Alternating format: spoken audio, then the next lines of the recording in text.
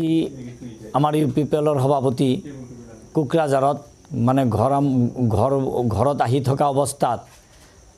অনুমানিক 5টা 20ত আমাৰ বিপিএফৰ গুণ্ডা বাহিনীৰ দ্বাৰা আক্ৰান্ত হৈছে তেওঁ আৰু তেওঁৰ লগত তেওঁৰ দলীয় কৰ্মী তথা সংবাদ কৰ্মীসকল আছিল। তেওঁলোকৰ গাড়ীত হতাশাগ্ৰস্ত বিপিএফ কৰ্মীসকলে আক্ৰমণ কৰিছে আৰু এইটো আক্ৰমণ আমি সন্দেহ কৰিছোঁ যে বিপিএফৰ মুৰব্বী হাগ্ৰামা মহিলাৰ নিৰ্দেশতে হৈছে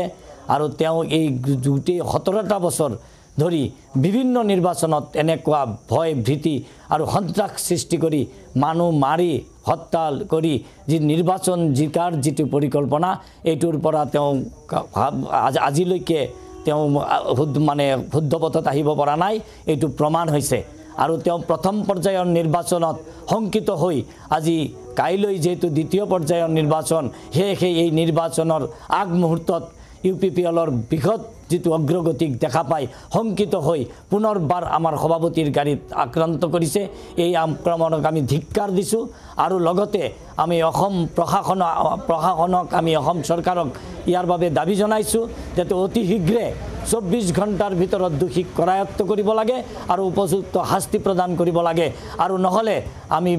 আন্দোলনৰ পথ বাছি ল'ম। এই আমাৰ প্ৰশাসনৰ ওচৰত আমাৰ দাবী। গুৰেশ্বৰ ব্লক ইউপিপিএলৰ তৰফৰ পৰা এই ঘটনাটোৰ উচিত তদন্ত সাপেক্ষে দোষীক কৰায়ত্ব কৰি কঠোৰ শাস্তি প্ৰদান কৰাৰ কাৰণে দাবী জনাইছোঁ আৰু লগতে